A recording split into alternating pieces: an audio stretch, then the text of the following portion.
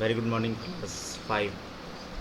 मैं हूं अभिशार सर और आज आप सबके बीच में लेकर आया हूं क्लास 5 का चैप्टर नंबर 7, जिसका नाम है एल्गोरिदम एंड फ्लो चार्ट। ठीक है, तो एल्गोरिदम और फ्लो चार्ट किसको बोलते हैं, इसके बारे में हम लोग इस चैप्टर में पढ़ने वाले हैं। इस चैप्टर को स्टार्ट करने से पहले बाबू मैं आपको कुछ बता देना चाहता हूँ। एल्गोरिदम और फ्लो चार्ट जैसे कि हमारे लाइफ में बहुत सारे ये चेंजेज लाने के लिए या फिर कंप्यूटर टेक्नोलॉजी को समझने के लिए हम लोग एल्गोरिदम और फ्लो चार्ट का यूज़ करते हैं। ठीक है, जैसे कि कोई भी चीज़ हम लोग यूज करते हैं उसका हम लोग एक नॉर्मल डायग्राम बनाते हैं कि आखिर हमको इस प्रोसेस के थ्रू आगे की ओर बढ़ना है। ठीक है, वैसे ही हमारा प्रोग्रामिंग लैंग्वेज जब हम लोग सीखते हैं इन कंप्यूटर साइंस में जब हम लोग प्रोग्रामिंग करने जाते हैं या करने से पहले हम लोगों को एक ढांचा बनाना पड़ता है, एक नॉर्मल एक जैसे कि हम लोग क्या बताएं आपको कि जैसे हम लोग घर बनवाते हैं। नॉर्मल एग्जांपल, जब हम लोग घर बनवाने जाते हैं तो घर बनवाने से पहले हम लोग क्या करते हैं, उसका एक नक्शा बनवाते हैं। ठीक है, आप सभी ने देखा होगा कि जब आपका घर बन रहा होगा या किसी पड़ोसी का घर बन रहा होगा, उन्होंने एक नक्शा बनवाया होगा कि मुझे ये चीज़ इस तरीके से बनवाना है। ठीक है, वैसे ही प्रोग्राम बनाने से पहले प्रोग्राम का मतलब क्या होता है, आप लोग अच्छे तरीके जान रहे होंगे कि आप लोग जब लोगो पढ़ रहे थे उसमें आप लोग प्रोग्राम के बारे में देखे होंगे, प्रोग्रामिंग के बारे में देखे होंगे। ठीक है, तो प्रोग्रामिंग से पहले आपको एल्गोरिदम जानना बहुत ज़रूरी है और फ्लो चार्ट जानना बहुत ज़रूरी है। अगर नॉर्मल लैंग्वेज में बोलें कि एक ढांचा तैयार करना होता है, जैसे कि मैंने बताया था ना अभी कि आपको ये बनाना पड़ेगा, नक्शा बनाने की ज़रूरत पड़ती है, वैसे ही प्रोग्राम बनाने से पहले आपको एक एल्गोरिदम और फ्लो चार्ट बनाने की ज़रूरत पड़ेगी। ठीक है, अगर हम लोग इनको एल्गोरिदम या फ्लो चार्ट को वर्ड में समझे, एल्गोरिदम को अगर वर्ड में समझे, a blueprint of a program, हम लोग इसको अगर लैंग्वेज के थ्रू समझे, सेंटेंस के रूप में जाने, इसका डेफिनेशन जाने, तो इसको हम लोग बोलते हैं a blueprint of a program. और ये हमारा एल्गोरिदम का डेफिनेशन हो गया। और फ्लो चार्ट का क्या होता है, a pictorial presentation of a program, एक पिक्चर के माध्यम से आप अपने प्रोग्राम को प्रेजेंट करते हैं, उसको हम लोग फ्लो चार्ट बोलते हैं। फ्लो चार्ट में हम लोग देखेंगे कि तरह तरह के स्टेप्स के यूज़ करते हुए हम लोग प्रोग्रामिंग करेंगे और प्रोग्राम को समझेंगे, प्रोग्राम मेरा कैसे रन करेगा, ये सारा कुछ हम लोग क्या बोलते हैं, पिक्चर्स के थ्रू हम लोग ये चीज़ देखने वाले हैं। ठीक है, हम लोग एल्गोरिदम के बारे में सबसे पहले जानते हैं। ठीक है, अब एल्गोरिदम क्या होता है, the step by step procedure for solving a specific problem और performing a task is known as algorithm. तो ये आपका प्रॉपर डिफिनेशन दिया हुआ है। मैंने आपको पहले बताया था a blueprint of a program, यानी कि एक प्रोग्राम का एक ढांचा। ठीक है, तो वही यहाँ पे दिखाया गया, द स्टेप बाय स्टेप, यानी कि स्टेप बाय स्टेप को हम लोग अगर हम अपने डेफिनेशन से कनेक्ट करें तो उसको हम लोग बोल सकते हैं ब्लू प्रिंट। ठीक है, यानी कि एक प्रोग्राम का ढांचा या स्टेप बाय स्टेप बनाएंगे तो हम लोग ढांचा ही ना किस तरीके से हमको चलना है। अगर मैं आपको बताऊं कि आपको यहाँ से जाना है, राजेंद्र नगर स्टेशन जाना है, तो मैं आपको स्टेप बाय स्टेप बताऊंगा कि आप ऐसे जाओ वैसे जाओ। ठीक है, तो उसी तरीके से आपके प्रोग्राम को कैसे आगे की ओर बढ़ना है, ये आपको स्टेप बाय स्टेप बताने के प्रक्रिया को हम लोग एल्गोरिदम बोलते हैं। ठीक है, an algorithm is a detail sequence of step laid out to solve a problem in the most efficient manner. ठीक है, एल्गोरिदम हमारा एक डिटेल सीक्वेंस का स्टेप होगा जिसमें हम किसी भी प्रॉब्लम को एकदम एफिशिएंट मैनर में उसको हम लोग सॉल्व कर सकें। ठीक है, बहुत ही सिंपल शब्दों में समझना है, ये काफ़ी इंपॉर्टेंट है। सबसे बड़ा चीज़ ये आप लोग जान लीजिए, उसमें अगर 1% डाउट रहेगा तो आप आगे के क्लासों में बहुत सारी परेशानियाँ आपके साथ आएंगी। ठीक है, आपको ये चीज़ हमेशा याद रखना होगा कि हमें प्रोग्राम को किस तरीके से आगे बढ़ाना है, हमारा स्टेप क्या होगा। फॉर एग्जांपल मैं आपको बता दूं कि आपको मैंने बताया था ना कि यहाँ से राजेंद्र नगर जाने के लिए अगर मैं बोलूँ तो आप क्या करेंगे, आप बोलेंगे कि सर पहले अपने घर से बाहर निकलेंगे, फिर स्कूल के आसपास जाएंगे, उसके बाद हम लोग धीरे धीरे आगे की ओर बढ़ेंगे, फिर मुन्ना चौक पे जाएंगे, फिर वहाँ से हम लोग आगे की ओर बढ़ जाएंगे सीधे। तो वैसे स्टेप हुआ ना, वो इसी स्टेप को फॉलो करते हुए हमें प्रोग्राम भी बनाना होता है। ठीक है, जैसे कि मुझे आगे मैं आपको एग्जांपल में पहले बताता हूँ। पहले फॉर एग्जांपल लेते हैं, an algorithm to make a tea is followed. हमको चाय बनाने का एक एल्गोरिदम बताया गया, जैसे मैंने आपको बताया था राजेंद्र नगर स्टेशन जाने का, वैसे ही यहाँ पे कुछ एल्गोरिदम दिया गया है। अब एल्गोरिदम में सबसे पहले हमारे पास 9 पॉइंट है, 9 पॉइंट को हमें बहुत ध्यान से देखना है। और यहाँ पे पहला स्टेप हमारा बोलता है स्टार्ट। ठीक है, सबसे पहले आपको स्टार्ट करना है। क्या स्टार्ट करना है? अपने गैस को स्टार्ट करना है।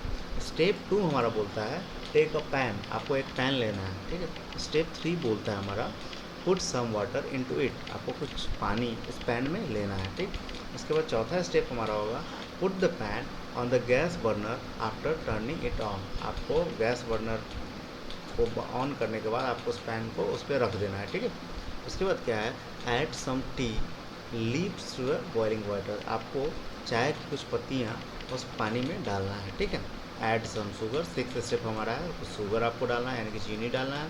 7th स्टेप आपका ऐड मिल्क, आपको दूध भी उसमें ऐड करना है। ठीक है, उसके बाद बोला गया है 8th स्टेप हमारा है take off the pan after 2 और 3 मिनट्स, आपको उस पैन को 2 या 3 मिनट तक ये रहने देना, उसके बाद हटा लेना है 2-3 मिनट के बाद। उसके बाद हमारा लास्ट प्रोसीजर है ऑफ, यानी कि स्टॉप, आप अपने गैस को बंद कर देंगे। ये हमारे प्रोसीजर हैं, इसको हम एल्गोरिदम बोलते हैं। ठीक है, एल्गोरिदम के थ्रू हम अपनी चाय बनाने की प्रक्रिया को देखें, वैसे ही हम अपना कंप्यूटर का प्रोग्राम कर सकते हैं। ठीक है, सबसे पहले स्टार्ट करेंगे, उसके बाद किसी नंबर को लेंगे, नंबर को जोड़ेंगे। अब वो नंबर अगर सही होगा तभी ना जोड़ेंगे, अगर मान लीजिए नंबर गलत होगा, हम लोग कंडीशन भी लगा सकते हैं उसमें। हो सकता है कि हमारा कंडीशन होगा कि नंबर अगर number is greater than 5 then add. ठीक है, तो हम लोग कंडीशन भी वहाँ अप्लाई करके ऐड कर सकते हैं। इसी तरह से हमारा प्रोसीजर आगे की ओर बढ़ता है। ठीक है, तो ये हमारे कुछ चाय बनाने की प्रक्रिया है, और इसका अगर हम लोग बोले तो एल्गोरिदम है। तो इस एल्गोरिदम का आप सभी को ध्यान देना है, ध्यान से समझना है, क्योंकि मैं तो इसको बहुत इजी लैंग्वेज में समझा रहा हूँ, आप लोग समझ गए होंगे, लेकिन ये मेरे समझाने से नहीं होगा, आपको खुद इस पर प्रैक्टिस करना पड़ेगा। जब तक आप इस पर प्रैक्टिस नहीं करेंगे तब तक ये पॉसिबल नहीं है। ठीक है, अब यहाँ पे नीचे की लाइन बहुत ही इंपॉर्टेंट है, while writing an algorithm one thing should be kept in mind that the algorithm should be short, simple and to the point. आप जब भी एल्गोरिदम लिखेंगे तो एल्गोरिदम आपका शॉर्ट होना चाहिए, सिंपल होना चाहिए और टू द पॉइंट होना चाहिए। ठीक है, तो आपको क्या लिखना है, अब मैं आपको कुछ थोड़ा होमवर्क नहीं, क्लास वर्क टाइप का दे रहा हूँ, उसको ध्यान रखना है। सबसे पहले एल्गोरिदम का डेफिनेशन यहाँ तक है, इसको आपको लिख लेना है यहाँ से। ठीक है, यहाँ से यहाँ तक एल्गोरिदम लिख लेना है, और आपको यहाँ पे चाय बनाने के एक स्टेप दिए गए हैं। ठीक है, तो आपको चाय बनाने का स्टेप एग्जाम्पल में लिख लेना है। ठीक है, अगर आप चाहें तो इसको चेंज करके कोई दूसरे चीज़ बनाने का स्टेप लिख सकते हैं, क्योंकि ये बेसिक है। अभी मैं चाय बनाने का ही, मैं इस आपके बुक में समझाया गया है, मैं चाय का ही बताऊंगा। उसके आगे हम लोग फिर प्रोग्रामिंग के बारे में जानेंगे। पहले धीरे धीरे बेसिक चीज़ समझ लेंगे, फिर हम लोग थोड़ा आगे बढ़ेंगे, नहीं तो सीधा अगर आगे की ओर बढ़ जाएंगे तो फिर परेशानियाँ बढ़ जाएंगी हमारी। ठीक है ना। तो चलिए हम लोग आगे की ओर थोड़ा बढ़ते हैं। अब एक एल्गोरिदम आपका है, अब हम लोग थोड़ा सा आगे की ओर हट जा रहे हैं, मतलब हमने चाय बनाने की प्रक्रिया से थोड़ा सा ऊपर की ओर बढ़ते हैं। अब हमारा एल्गोरिदम क्या है, 3 नंबर का एवरेज निकालना है। अब हम 3 नंबर का एवरेज कैसे निकालेंगे? ठीक है, तो इसके लिए हमारे पास लगभग 6 स्टेप हैं, ये आपको समझ आएंगे अभी हम।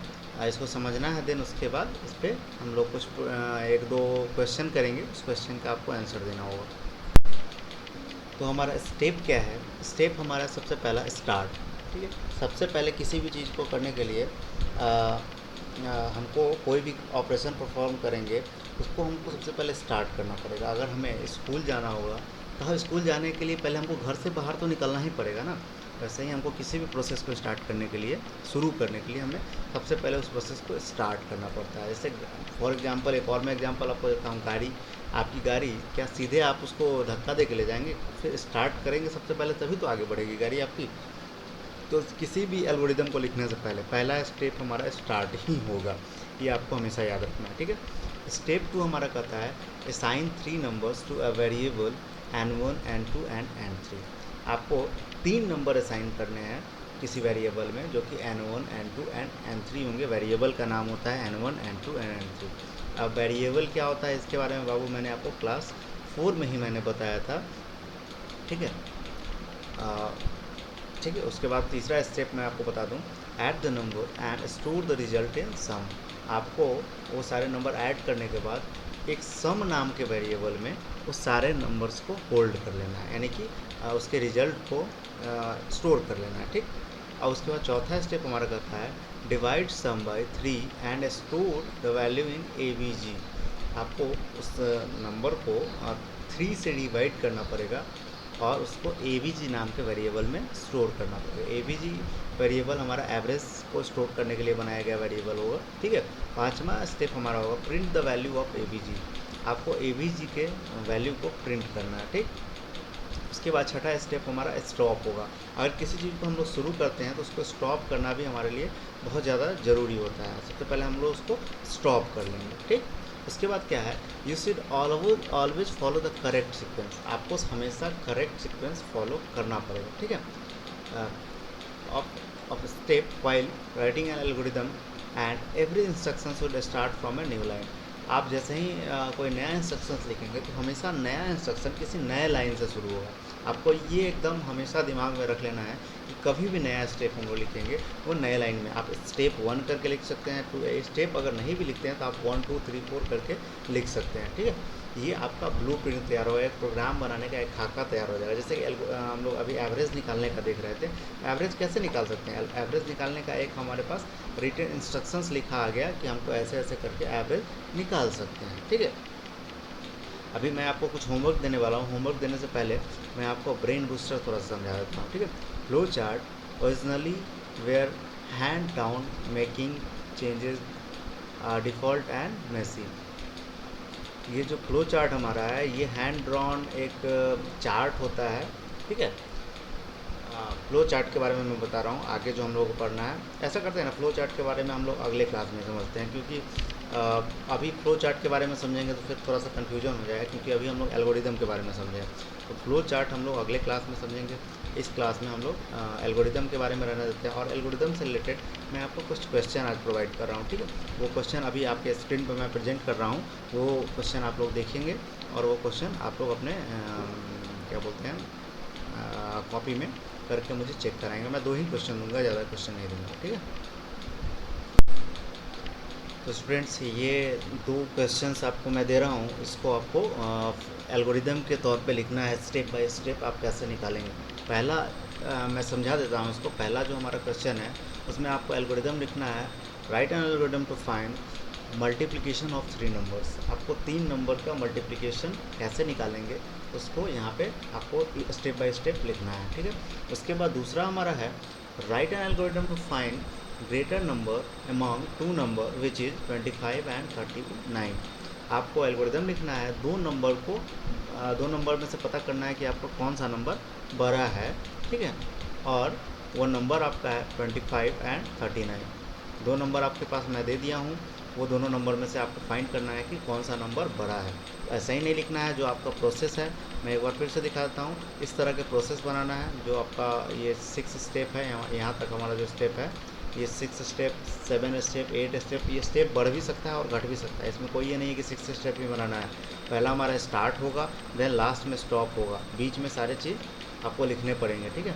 आप ट्राई कीजिए, बनाइए, बन जाता है तो चेक कराना है, और निश्चित सभी बच्चे को ट्राई करना है, ठीक है। गलत बनेगा इससे कोई दिक्कत नहीं है, लेकिन ट्राई तो करेंगे एटलीस्ट। तो इस वीडियो में इतना ही, हम लोग मिलते हैं अगले वीडियो में। Thank you.